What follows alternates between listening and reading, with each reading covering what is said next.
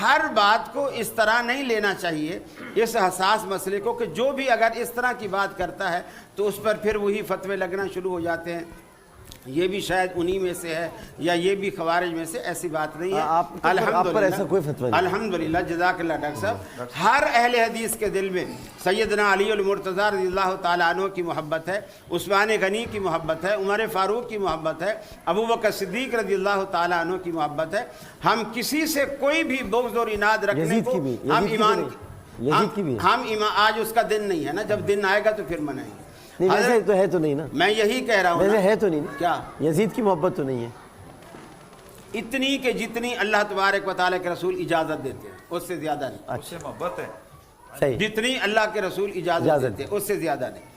نبی کریم صلی اللہ علیہ وسلم کا فرمان ہے، اب آپ نے بات چھیڑ، نہیں بھائی میں تو اپنی معلومات کے لیے تو پوچھتا ہوں، میں آپ کو بخاری شریف میں، میں تو آپ کو جاننا چاہتا ہوں، ایک منٹ ان کی بات مکمل، یہ بات یہاں کریں گے، میں جاننا چاہتا ہوں، ٹرانسمیشن جتنی مرضی ہو جائے جاننا چاہتا ہوں میں، پھر یہ نہیں کہیے گا کہ جب ہماری طرف سے جواب آئے گا اور باقاعدہ طور پہ پھر میں کوئی اور رہتا اب ان کی بات تو سنیں، نہیں وہ آپ یزید کی بات یہ چھیڑیں گے تو پھر میں نے کہاں چھیڑی ہے؟ بات تو سننے دیں، آپ یہ بھی تو دیکھیں سوال کہاں سے آیا ہے؟ بات تو سننے دیں نا، آپ سنیے نا، آپ میری گاڑی جس پٹڑی پہ جا رہی ہے اس پٹڑی سے اتارا کس نے ہے، یہ بھی تو دیکھیں نا۔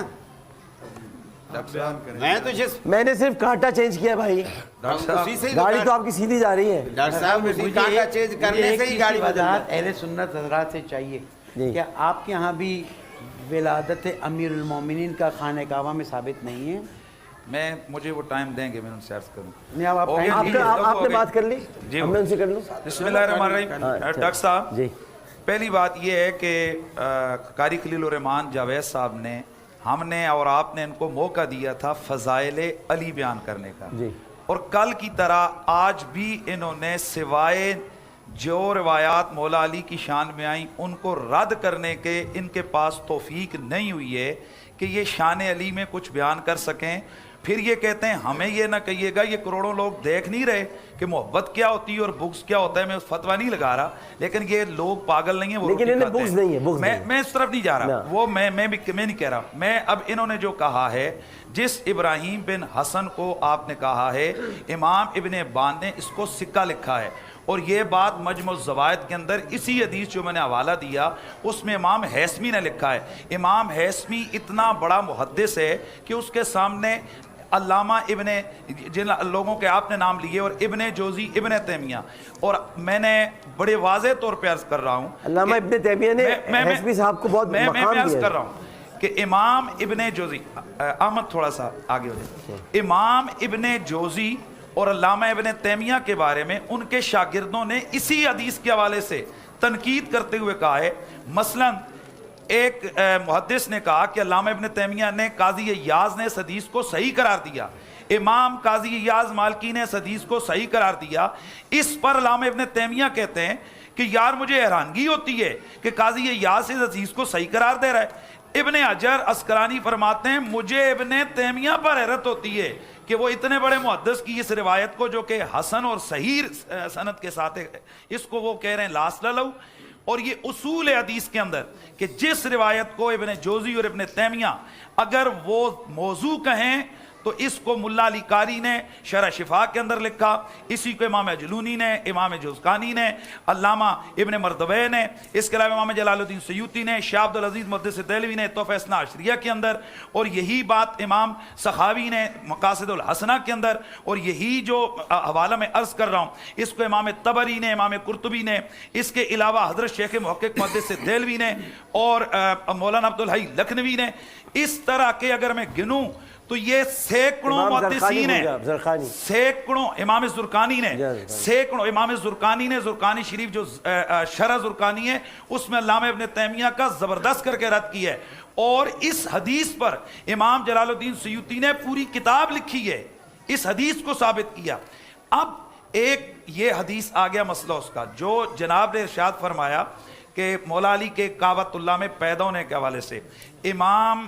علامہ ابن حافظ حاکم صاحب مستدرک للحاکم آپ مستدرک کے اندر لکھتے ہیں وقت تواترت الاخبار، متواتر خبروں سے یہ بات ثابت ہے کہ ان علی قد ولد فی جوف الکعبہ، کہ مولا علی کی ولادت کعبۃ اللہ کے اندر ہوئی ہے، اور یہ جو بات ہے اس کا حالانکہ ان کو بھی اصول پتا ہے کہ اگر اس کے اوپر حافظ زابی کوئی کلام کریں تو پھر بات ہے، حافظ زابی یہاں پر خاموش رہے، ان سے زیادہ اصول حدیث کس کو پتا ہوگا؟ جی، اور اس کو خاموش رہے حافظ زابی۔ اس کے علاوہ ذرا میں جلدی سے ذرا عرض کر دوں، چونکہ یہ 117 کتابوں کا حوالہ ہے، 117 کتابوں کے اندر لکھا ہے کہ مولا علی کی ولادت کعبہ شریف کے اندر 117 کتابوں۔ اگر یہ کہتے ہیں تو میں کچھ عرض کر دیتا ہوں، یہ دین اسلام کے مسئلے جمہوریت سے حل نہیں ہوتے ہیں، جمہور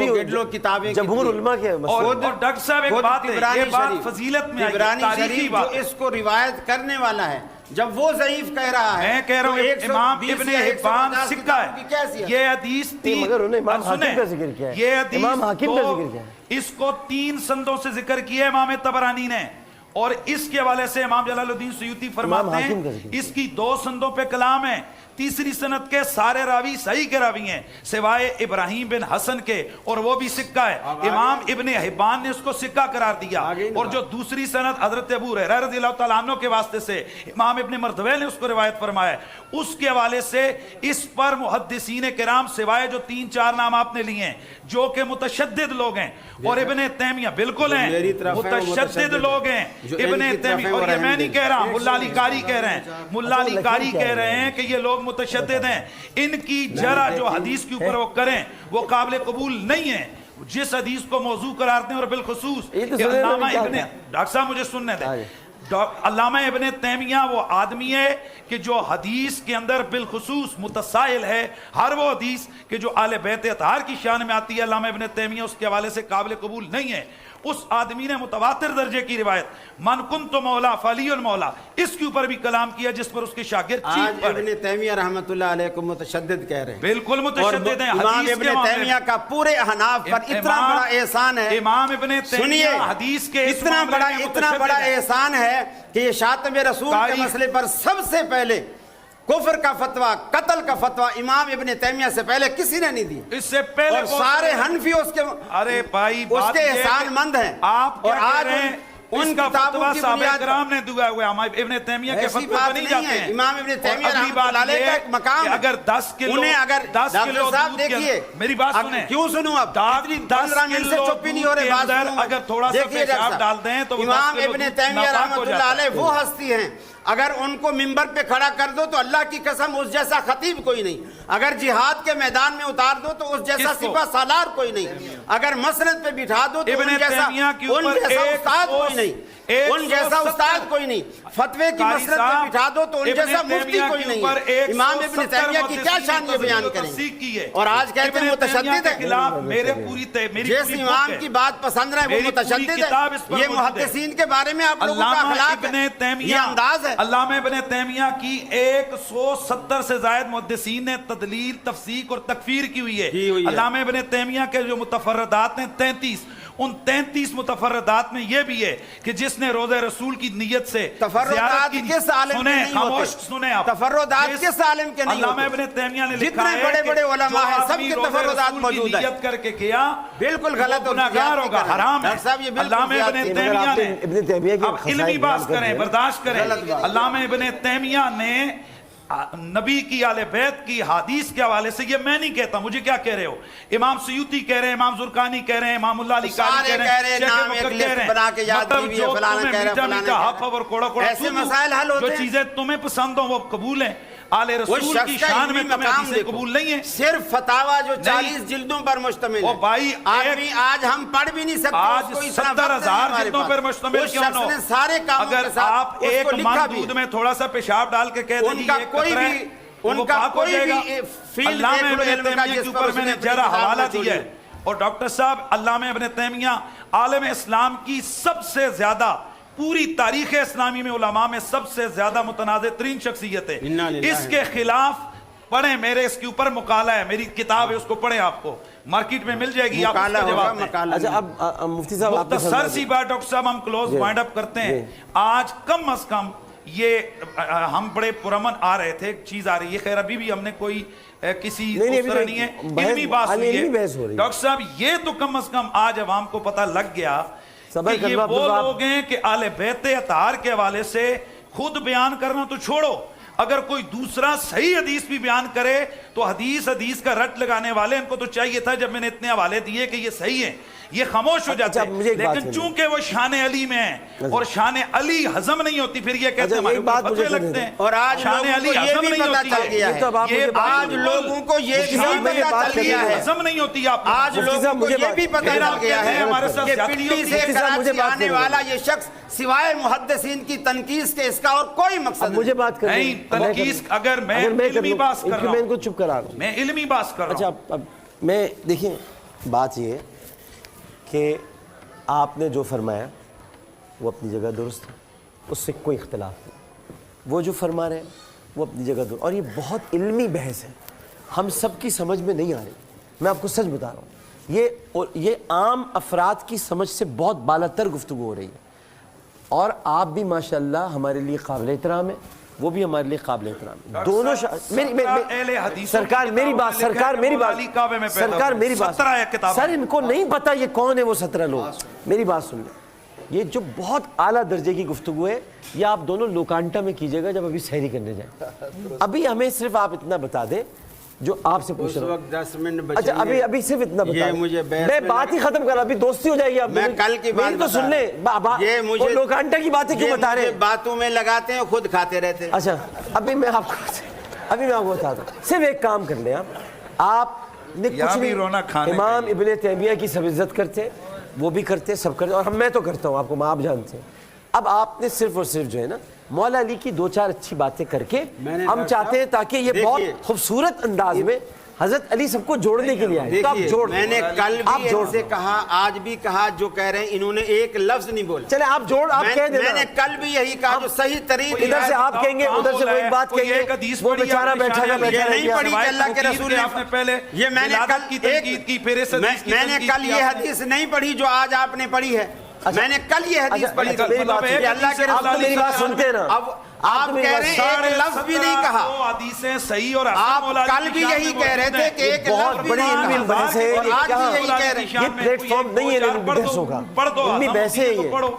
حدیث کو چھوڑ دیں، آپ اس حدیث کو چھوڑ دیں، رہن دیجئے، آپ صرف یہ بیان کر دیں، ادھر سے آپ بیان کر دیں، ادھر سے وہ بیان کر دیں، میں وقفہ لے لوں گا، ختم ہو گئی بات۔ رسول اکرم صلی اللہ علیہ وسلم حضرت علی سے کتنی محبت کرتے تھے، اس سے زیادہ فضیلت میں نہیں بیان کر سکتا کہ جو آپ کی پیاری لخت جگر حضرت فاطمہ الزہرا رضی اللہ تعالی عنہا ہیں وہ آپ نے حضرت علی سے بس اس سے بڑی کیا فضیلت ہوگی، سبحان اللہ، ماشاءاللہ ماشاءاللہ، ایک آپ بیان کر دیں، میں اس لیے کہہ رہا ہوں ایک، کیونکہ وہ منقبت نہیں پڑھ سکا، سحری کا وقت ہو گیا ہے، مطلب آپ کے پاس 3-4 منٹ ہیں، بس میں تو اب یہی کہہ سکتا ہوں کہ حضرت علی رضی اللہ تعالیٰ عنہ کی شان میں جو اتنے سارے فضائل وارد ہوئے ہیں، مفتی صاحب نے جتنی طرق سے روایات بیان کی ہیں ان پر تو جرا ہو سکتی ہے ڈاکٹر صاحب، اور یزید کو لشکر قسطنطنیہ میں کھینچ تان کے ڈالا جاتا ہے، اس پر جرا کا کسی کو خیال نہیں آتا، وہاں جو جرا ہوئی ہے وہ ساری بھول جاتے ہیں، کھینچ تان کے بھی اس کو لشکر قسطنطنیہ میں ڈالا جاتا ہے اور گھسیڑنے کی کوشش کی جاتی ہے جنت میں، اور یہاں پر جو کثرت سے 1-2 نے اگر اختلاف کیا ہے تو کیا ہے، یہاں جو کثرت سے ان راوی جو ہیں کثرت سے بیان کرنے والے یہ نہیں میری الگ معاملے میں نہیں ہے، اور یہاں یہ تو محرموں کے پروگرام میں آتے نہیں، ان کی بات نہیں ہو رہی، میری سن لیں، 4 منٹ بھی ختم ہو جائیں گے ڈاکٹر صاحب، یہ وہ طبقہ ہے جنہیں بخاری کا نام سن کر بخار آتا ہے۔ اچھا اب سن لیں میری بات، ان کو اب میری بات سن لیں ڈاکٹر صاحب، آپ نہیں وہ اچھا نہیں لگ رہا نا، اب میری بات سن لیں، عرض یہ ہے ڈاکٹر صاحب، چلے بس آپ چھوڑ دینا، اگلی تو سن لیں، اگلی تو سن لیں میری بات، اچھا آپ فضائل علی مجھے معلوم ہے بھائی جان، ہیلو میری بات سن لو، اب یہاں میں تو اتنا جانتا ہوں کہ ولادت مولا علی کعبۃ اللہ میں ہوئی، کیوں ہوئی ہم یہ سوچتے رہے کیوں ہوئی،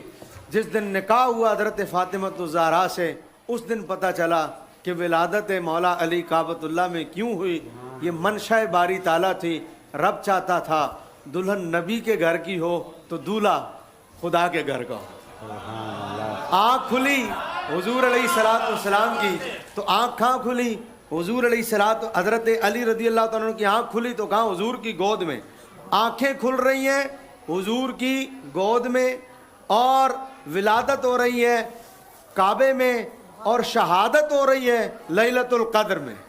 ذرا اس پر توجہ کیجئے گا. لیکن مجھے پہلے جملے سے تھوڑا سا اختلاف. کون سے والے سے؟ کہ لڑکی رسول کے گھر کی, لڑکا خدا کے گھر کا. چلے ہم نہیں کہتے اس جملے کو, خدا کے گھر کا لڑکا نہیں ہے. ہم اس کو نہیں کہتے جملے کو, ہم واپس لے لیں گے. اس کی وجوہات آپ جانتے ہیں نا. ہم واپس لے لیتے ہیں اس جملے کو,